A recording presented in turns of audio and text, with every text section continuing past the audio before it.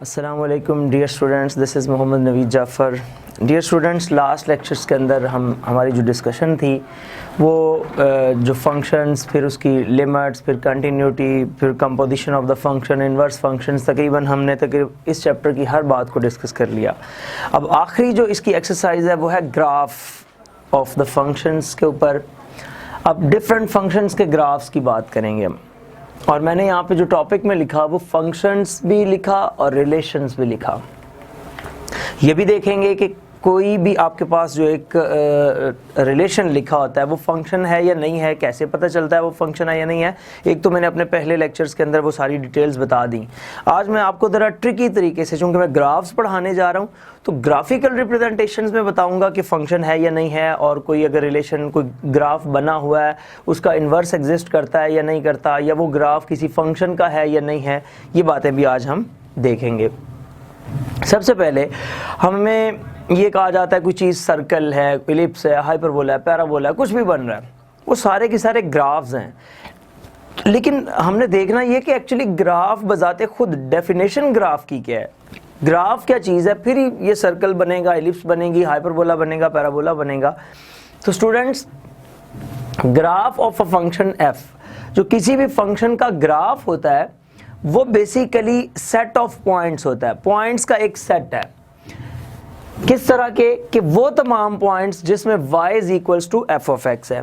अगर यहाँ पे आप रुक के ज़रा इस बात पे गौर करें, y is equals to f of x, तो ये किस टाइप के फंक्शंस हैं?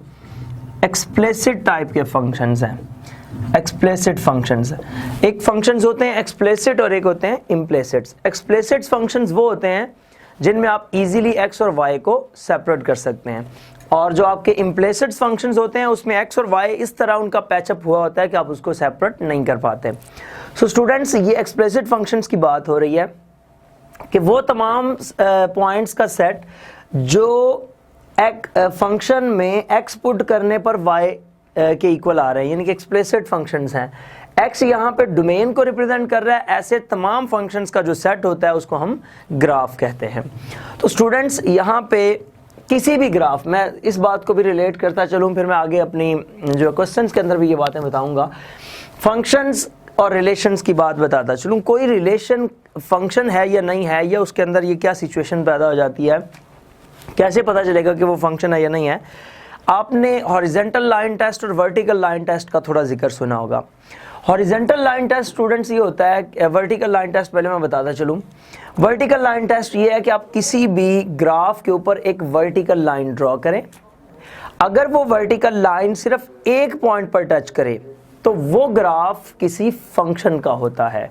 मिसाल के तौर पे आपके सामने एक ग्राफ बना हुआ है, लेट्स से दैट मैं जो है साइन का ग्राफ आपको दिखा रहा हूँ। ये साइन का ग्राफ है, इस तरह ये मूव करता जाएगा आगे। ये ग्राफ मैंने बनाया। अब मैंने ये चेक करना है कि आया कि ये ग्राफ किसी फंक्शन का है या नहीं है। तो मैं इस ग्राफ के ऊपर एक वर्टिकल लाइन लगाऊंगा। अगर वो वर्टिकल लाइन एक पॉइंट पर ही टच की उस ग्राफ को, तो वो ग्राफ किसी फंक्शन का होता है। इस बात को वर्टिकल लाइन टेस्ट कहते हैं। ये आपने एक वैल्यू अटेन की। बेसिकली होता भी क्या, अगर आप थोड़ा गौर करें इसकी डेफिनेशन पे, यहाँ पे x की कोई एक वैल्यू मिली होगी ना उसको कांस्टेंट, तो फंक्शन की डेफिनेशन क्या होती है? For each value of x there exist a unique value of y। So आपने देखा x की किसी एक वैल्यू के लिए y में सिर्फ और सिर्फ कितने आंसर्स आए हैं? एक आंसर आए हैं। तो इसलिए जब आपके पास किसी एक वैल्यू के लिए सिर्फ और सिर्फ एक रिजल्ट बनता है, एक वैल्यू आती है, तो वो ग्राफ किसी फंक्शन को रिप्रेजेंट करता है। सो वर्टिकल लाइन टेस्ट से भी आप ये बात जज कर सकते हैं। इसके बाद हम आते हैं हॉरिजॉन्टल लाइन टेस्ट पे। तो स्टूडेंट्स, हॉरिजॉन्टल लाइन टेस्ट ये होता है कि आप किसी ग्राफ के ऊपर एक हॉरिजॉन्टल लाइन ड्रॉ करें। अगर वो हॉरिजॉन्टल लाइन एक से ज़ायद पॉइंट पर टच की तो वो ग्राफ का इन्वर्स एग्जिस्ट नहीं करता।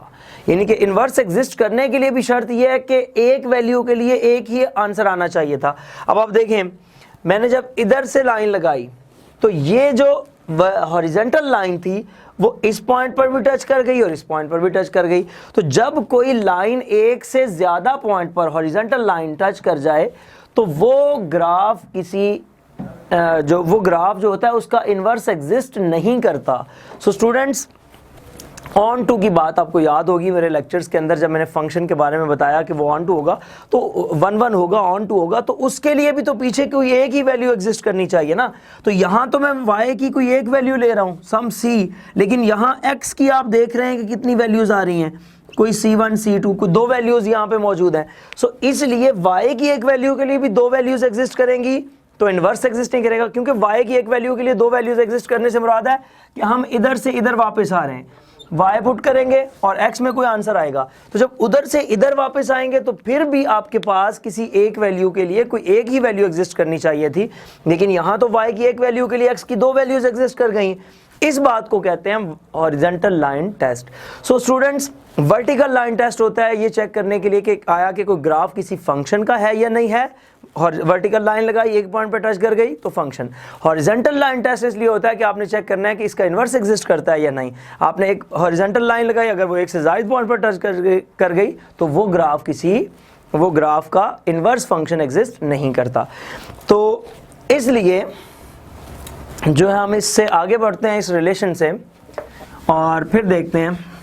मैंने चूंकि ग्राफ्स बनाने हैं, मैंने यहाँ पे ऊपर वर्ड लिखा कि मैं ग्राफ ऑफ फंक्शंस और रिलेशंस बनाऊंगा। तो अक्सर स्टूडेंट्स होंगे कि हमने यहाँ पढ़ा ग्राफ ऑफ फंक्शंस के बारे में ही डिस्कशन होती जा रही है और फंक्शंस के ग्राफ्स बन रहे हैं, तो मैं रिलेशंस का वर्ड यूज़ क्यों कर रहा हूँ। तो स्टूडेंट्स देखें, हमने तो यहाँ पे सर्कल्स भी बनाने हैं। मसलन अगर आप अपने क्वेश्चन नंबर 1 की ही बात करते हैं तो जो आपके पास क्वेश्चन नंबर 1 है ये ही एक सर्कल है।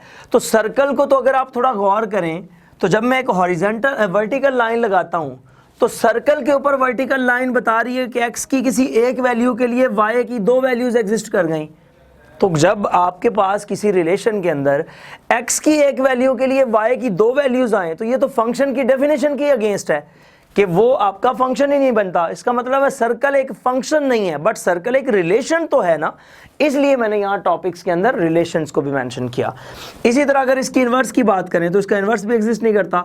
मैंने एक हॉरिजॉन्टल लाइन लगाई, वो एक से ज़ायद पॉइंट पर टच कर गई, और जब भी एक हॉरिजॉन्टल लाइन एक से ज़ायद पॉइंट पर टच करेगी तो वो रिलेशन का इन्वर्स एग्जिस्ट नहीं करेगा। सो स्टूडेंट्स, ये तो थी इसकी जनरल डिस्कशन। अब हम आते हैं अपने जो है टॉपिक की तरफ और आपकी एक्सरसाइज नंबर 1.5 का क्वेश्चन नंबर 1 करते हैं और देखते हैं कि ग्राफ किस तरह बनते हैं।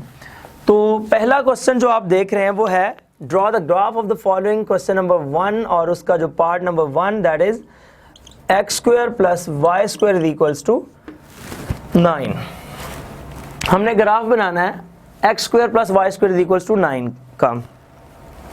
तो स्टूडेंट्स, अगर आप मेरी प्रीवियस डेफिनेशन को जहन के अंदर रखें तो उसमें तो मैंने बताया कि वो सेट ऑफ पॉइंट्स जिसमें y किसके इक्वल हो, f(x) के, और x यहाँ पे क्या हो, डोमेन ऑफ द फंक्शन को बिलोंग करती हो।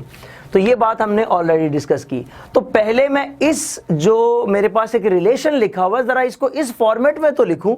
जब वो इस फॉर्मेट के अंदर आएगा तो उसके बाद मैं उसके ऊपर जो डिस्कशन करूंगा कि इसका ग्राफ का बनता है, इन्वर्स है, नहीं है, जो भी सिचुएशन है। तो इसको मैं ज़रा y = f(x) की सूरत में लिखना चाहता हूं तो y² = 9 - x², और y = +-9 - x²। चूंकि स्क्वायर रूट लूंगा तो उसका प्लस माइनस का साइन हमारे पास यहाँ पे आ जाएगा। ये आ गया। अब x आपके पास इंडिपेंडेंटली आप कुछ भी पुट कर सकते हैं, लेकिन उसकी डोमेन के अंदर रहते हुए। तो स्टूडेंट्स, इसकी डोमेन के ऊपर भी मैंने प्रीवियस लेक्चर्स में आपको डिटेल से बताया हुआ कि कहां से कहां तक वैल्यू आप इसमें पुट कर सकते हैं और कहां से कहां तक नहीं कर सकते। सो स्टूडेंट्स, इस क्वेश्चन के अंदर अगर आप इसकी डोमेन फाइंड कर लेते हैं, डोमेन भी बता दें बीच में, तो मैंने आपको मेथड बताया हुआ है कि जब भी डोमेन बतानी है तो आप उसके स्क्वायर रूट के अंदर वाला जो फंक्शन है उसको > 0 रखें। सो ये आ जाएगा 9 - x² > 0 implies 9 > x²। सो यहाँ पे स्टूडेंट्स जो x² वाली जो, यानी कि मैं ये कहना चाह रहा हूँ कि आप किसी भी वैल्यू का स्क्वायर लें तो वो 9 से छोटा रहे या 9 के इक्वल हो सकता है। तो वो ये सिचुएशन बन सकती है कि आपका जो x है वो कहां से कहां तक रहे, इन बिटवीन -3 and 3। आप देखें, आप छोटी से छोटी वैल्यू -3 इसमें पुट करें, आंसर 9 आ जाएगा। फिर इसके आगे मूव करना शुरू कर दें, यानी कि इस तरह, ये -3, ये +3। तो मैं ये कह रहा हूं कि हमारा जवाब है इसके अंदर। तो स्टूडेंट्स, आप गौर करें कि -3 से 3 के दरमियान रहेंगे तो ये डिफाइंड रहेगा, रियल स्पेस में रहेगा। और अगर आप इससे बाहर निकलने की कोशिश करेंगे, लेट्स मैं 4 पुट करता हूं, तो 4 पुट करने पे -16 बनेगा, जिससे ये इमेजिनरी हो जाएगा और ये जो है रियल स्पेस का क्वेश्चन नहीं होगा। सो ये तो मैंने डोमेन बता दी कि हमने जब ग्राफ बनाना है तो इस स्पेसिफिक इंटरवल के अंदर रहना है। अब उस स्पेसिफिक इंटरवल के अंदर रहते हुए हम देखते हैं कि इसका ग्राफ क्या बनता है। सो स्टूडेंट्स, ये थोड़ा इसकी डोमेन की बात हो गई। अब मैं इसी को बेशक क्वेश्चन का पार्ट बनाया करें बेशक आप। अब ज़रा इसको देखते हैं, एक टेबल कंस्ट्रक्ट करते हैं, कुछ x की वैल्यूज़ लेते हैं और कुछ y हमारे पास हो जाएंगे +-9 -x² square root. So students, हम कहाँ से वैल्यूज़ का आगाज़ कर सकते हैं? -3 से लेके +3। जब मैं इसमें -3 पुट करता हूँ तो मेरे पास आंसर क्या आ जाएगा? 0। -3 पुट करने पे आंसर 0। फिर मैं बच्चों इसमें -2 पुट करता हूँ। तो जब आप -2 पुट करेंगे तो -2 पुट करने पर आपके पास जो रिजल्ट बनेगा वो आ जाएगा, इधर आप साइड पे बेशक सॉल्व करें, y = 9 +-9 -2 स्क्वायर, तो ये आपके पास बनेगा 9 -4 आपके पास आ गया, प्लस तो +-5। सो यहाँ पे स्टूडेंट्स आ गया +-5। इसके बाद -1 पे चलते हैं, तो -1 पे जब आप गए तो ये आ गया +-8। फिर आप 0 पे गए तो ये आ गया +-3। फिर स्टूडेंट्स आप 1 पे गए +-8। फिर आप आ जाएंगे जो है 2 पे, तो +-5। और फाइनली आप आ जाएंगे 3 पे, तो वो आपके पास आ जाएगा 0। सो स्टूडेंट्स, आपने इसकी डोमेन भी देख ली, इसकी रेंज भी देख ली। रेंज इसकी आपके पास -3 से जो है वो 3 के दरमियान ही रहेगी। अच्छा स्टूडेंट्स, अब हम चलते हैं इसकी ग्राफिकल रिप्रेजेंटेशन की तरफ, कि ग्राफ बना के देखते हैं कि ये क्या सिचुएशन बन रही है आपके पास। सो स्टूडेंट्स, यहाँ आप x एक्सिस y एक्सिस को प्लॉट करें। ये आपके पास यहाँ पे 0 है, यहाँ पे आप 1 ले लें, दैट इज़ 2, और ये आपके पास 3 है। सेम गैप रखते हुए स्केलिंग करें इसकी। यहाँ पे आपके पास 1 है, दैट इज़ 2, और ये आपके पास 3 है। इसी तरह स्टूडेंट्स इस साइड पे -1 -2 और -3, इधर आपके पास -1 -2 और -3। ये सारी वैल्यूज़ आपने स्केलिंग कर ली, that is your x axis, और ये आपके पास y एक्सिस है। सो डियर स्टूडेंट्स, अब कुछ वैल्यूज़ जो इसके दरमियान में कहीं ना कहीं आ रही हैं, ज़रा वो भी प्लॉट कर लें। √5 की अगर हम बात करें तो ये 2 पॉइंट समथिंग बनेगा, 2 पॉइंट, लेट्स से दैट अगर आप √5 करते हैं तो √5 जो है आपके पास, इसकी जो वैल्यू बन रही है आपके पास वो बन जाएगी √5, दैट इज़ 2.236। तो आप इसको 2.23 है ना, तो 2 से थोड़ा सा ऊपर कर दें √5, और इधर भी -2 से थोड़ा सा नीचे √5 नेगेटिव, ये आ गया। उसके बाद स्टूडेंट्स आपके पास है √8। अब अगर 9 होता स्क्वायर रूट में तो एग्जैक्टली 3 आंसर आ जाता, लेकिन जब आप √8 की बात कर रहे हैं तो √8 डियर स्टूडेंट्स आपके पास जो वैल्यू दे रहा है वो 2.82, तो 3 से थोड़ा नीचे √8, और इधर 3 से थोड़ा ऊपर -√8। लो स्टूडेंट्स, अब हम आते हैं अपनी प्लॉटिंग की तरफ, डिफरेंट पॉइंट्स को प्लॉट करते हैं। तो उसके मुताबिक हमारे पास जो पहली वैल्यू है वो -3, और -3 पे जो आपके पास आंसर बन रहा है वो क्या बन रहा है? y का 0। सो that is your first point, -3 और 0, ये एक पॉइंट हो गया। नेक्स्ट पॉइंट पे चलते हैं, -2 पे √5, -2 पे जब हम गए तो इधर से +√5 ये आ गया, और फिर -√5 इधर से ये आ गया, ये वैल्यू इसके सामने और उधर से उसके सामने। तो स्टूडेंट्स ये -2 पे √5 और इधर -2 पे -√5, ये पॉइंट बन गया आपके पास। अब हम चलते हैं -1 पे, तो -1 पे वैल्यू आ रही है √8, तो ये मेरे पास आ जाएगा √8 -1 √8, और इधर आपके पास जो बनेगी वो बनेगी -1 पे -√8, ये पॉइंट बन गया। उसके बाद जब हम 3 पुट करेंगे तो 0, और इधर भी 3 पुट करने पे 0। ओके स्टूडेंट्स, अब हम नेक्स्ट चलते हैं 1 पे। तो 1 पे भी ऐसे ही आप नीचे की तरफ मूव करना शुरू कर देंगे, स्क्वायर रूट 8, 1 और स्क्वायर रूट 8, और इधर 1 और स्क्वायर रूट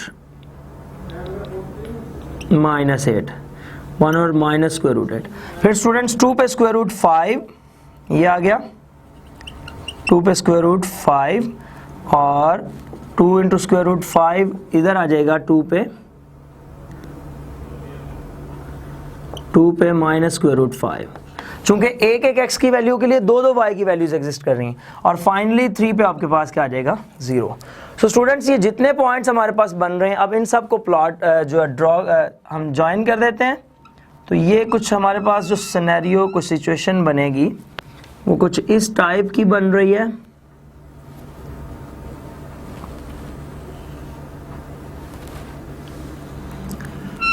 तो स्टूडेंट्स, यहाँ पे आपके पास जो ग्राफ बन गया, ये ग्राफ एक सर्कल का बन गया। So that is the graph of circle. Dear students, आसान बात है, एक दफ़ा मैं रिपीट किए देता हूँ। आप जो भी फंक्शन होगा उसमें से y की वैल्यू निकालेंगे, उसका अगर स्क्वायर है तो स्क्वायर रूट ले लेंगे, और उसके बाद आप उसकी डोमेन को भी देख लें कि कहाँ से कहाँ तक आपने ये वैल्यूज़ को पुट करना है। फिर आप एक टेबल कंस्ट्रक्ट करें जिसके अंदर डोमेन, आप उस डोमेन के अंदर रहते हुए डिफरेंट वैल्यूज़ पुट करें, और रेंज की डिफरेंट वैल्यूज़ आ जाएंगी। उन तमाम वैल्यूज़ को आप जो है कोऑर्डिनेट सिस्टम के अंदर प्लॉट करें, और फिर उनको आप वहाँ पे प्लॉटिंग करने के बाद ज्वाइन कर दें। So that is graph of your required function. सो इस तरह ये ग्राफ आ गया। सेम आगे जो सेकंड आपका पार्ट है वो इलिप्स का है। मैं सिर्फ क्वेश्चन को सेटल करके दे देता हूँ, बाकी काम आप जो है खुद कीजिएगा। इसके अंदर आप उस क्वेश्चन में भी अगर देखते हैं तो आपके पास सिचुएशन कुछ ऐसी बन रही है, x² / 4 + y² / 16 is equals to 1। तो आपने यहाँ पे क्या करना है, y² / 16 is equals to 1 - x² / 4, y² is equals to 16 into 4 - x² / 4। So y² is equals to 4 into 4 - x², y is equals to ± 2 into 4 - x²। So students, ये आपके पास question है, ये उसी टाइप का सर्कल टाइप का ही सवाल बन गया, लेकिन सिर्फ क्या है ये देखें, अगर मैं ये हटा देता हूँ 2, तो ये आपके पास एक सर्कल है। सो अगर ये चीज़ आ गई है तो इसके साथ सेम सारा प्रॉब्लम आएगा, सिर्फ ये y की वैल्यूज़ जो हैं वो 2 के साथ जंप करेंगी। तो इस तरह से आपने इसका रिक्वायर्ड ग्राफ बना देना है, तो वो आपके पास नेक्स्ट क्वेश्चन हो जाएगा। अब आप इस पहले क्वेश्चन में से एक पार्ट एक्सपोनेंशियल का थोड़ा डिस्कस कर लेते हैं, और फिर हम नेक्स्ट मूव करेंगे जी। तो स्टूडेंट्स, अब हम थोड़ा एक्सपोनेंशियल का ग्राफ अगर देखें, लेट्स से दैट मैं बात कर देता हूँ, जो लास्ट पार्ट y = 3 वाला है, उसकी सिमिलर एग्जांपल आपकी बुक में मौजूद है 2 के साथ, तो वो आप उसके साथ सॉल्व कर सकते हैं। हम बात कर लेते हैं y = e⁻²x की।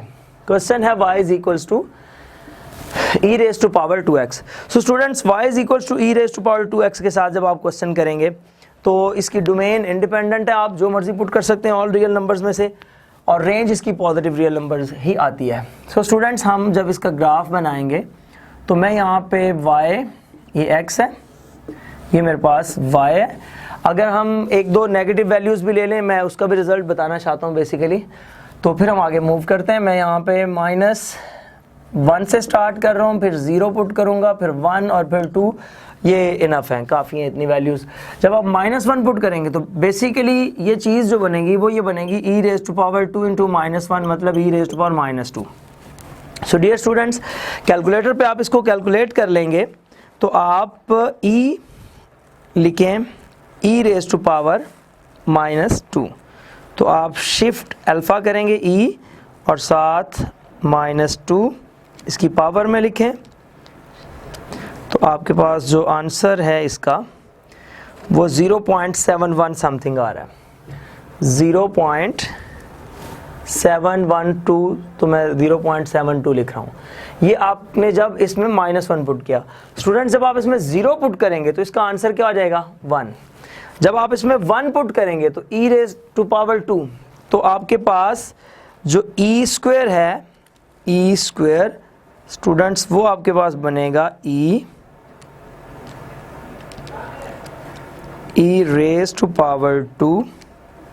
वो बन रहा है 7.38, सो that is 7.4।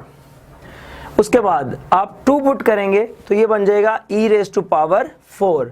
So e raise to power 4 जब आप कैलकुलेट करेंगे तो शिफ्ट के साथ ये कैलकुलेटर पे आप लिखिए, अल्फा के साथ sorry, e raise to power 4। तो जब आप e रेज़ टू पावर 4 करेंगे तो डियर स्टूडेंट्स ये बन रहा है 54.59। सो वैल्यूज जंप करना शुरू हो गई आपके पास। सो डियर स्टूडेंट्स ये आपके पास जो वैल्यूज बनी, तो इसको अब हम ज़रा देखते हैं कि क्या सिनेरियो है, क्या सिचुएशन है। ये कैलकुलेशंस में कैलकुलेटर पे आप चेक कर लीजिएगा वैल्यूज़ को। अब हम इसको ज़रा ग्राफिकल रिप्रेजेंटेशन में देखते हैं। तो ग्राफिकल रिप्रेजेंटेशन में जब आप देखेंगे तो आपके पास, मैं ज़रा जल्दी से इसको कंक्लूड करूँ, ये 0 है मेरे पास, ये 1 है, ये 2 है। सिर्फ हमने 2 वैल्यूज़ ली। इधर हमारे पास एक 0.72 बनी है, मैं यहाँ से हाईलाइट कर रहा हूँ 0.72 को, फिर 1, फिर ये वैल्यू 1 के बाद जाती है 7.4 पे, फिर ये वैल्यू मूव कर जाती है लेट्स 54.59 पे, मैंने वो लगा दी। -1 पे मेरे पास आंसर क्या बन रहा है 0.72, तो ये मेरे पास -1 पे 0.72 आ गया इसके सामने। और 0 पे मेरे पास आंसर बन रहा है 1 पे मेरे पास आंसर बन रहा है 0.4 और 2 पे मेरे पास आंसर बन रहा है ये। तो स्टूडेंट्स जब मैं इसको ड्रॉ करूँगा तो कुछ इस टाइप का ग्राफ बनेगा मेरे पास, ये चीज़। अब मैं आगे अगर इसको लेके चलता चलूँगा तो एक बात ध्यान में रखें, e raise to power -infinity पे जाके ये जवाब होना 0। लिहाजा ये जो ग्राफ है ये कभी भी x एक्सिस को टच नहीं करेगा, इसी तरह मूव करता चलेगा आगे, और अगर टच करेगा तो कहाँ पे जाके -इन्फिनिटी पे। सो हमने इस ग्राफ को इसी तरह ये कर्व बना के इस तरफ मूव करवाना है। सो ये हमारे पास एक्सपोनेंशियल का ग्राफ बन गया। डियर स्टूडेंट्स अगर आप इसी के साथ लॉग का ग्राफ बनाएं तो लॉग का ग्राफ आपका ये सिनेरियो कुछ बनाएगा, तो आप देखेंगे कि ये एक दूसरे का इन्वर्स होंगे। और आखिरी बात यहाँ पे मैं करता चलूँ, अगर आप किसी भी ग्राफ का, किसी भी फंक्शन का कि इन्वर्स का ग्राफ बनाना चाहते हैं तो आप लेट्स से दैट इसी के ऊपर 45 डिग्री पे एक लाइन लगाएंगे। ये अंडरस्टैंडिंग के लिए आपके 45 डिग्री पे ये एक लाइन लगाएं। अब लेट्स आपने एक पेज पे ये ग्राफ बनाया, तो इस पेज को ऐसे फोल्ड कर दें। जब आप फोल्ड करेंगे तो ये जो ग्राफ इधर बन रहा होगा that is the inverse of that particular function, और लॉग का ग्राफ आप बना के देखिएगा वो इसी साइड पे बनेगा। तो स्टूडेंट्स ये आपके क्वेश्चन नंबर 1 के अंदर कुछ इंपॉर्टेंट ग्राफ्स थे जो मैंने डिस्कस किए। इंशाल्लाह नेक्स्ट लेक्चर के अंदर मैं आपके लिए जो पैरामीट्रिक इक्वेशंस और पीस वाइज फंक्शंस के ग्राफ्स को लेके आऊँगा। तो उम्मीद है आप लोगों ने कुछ ज़रूर सीखा होगा। ज़िंदगी रही तो इंशाअल्लाह तबारक तआला फिर इसी प्रोग्राम में इसी चैनल पे दोबारा मुलाकात होगी। तब तक के लिए इजाज़त दीजिए। अल्लाह हाफिज़। अस्सलाम वालेकुम।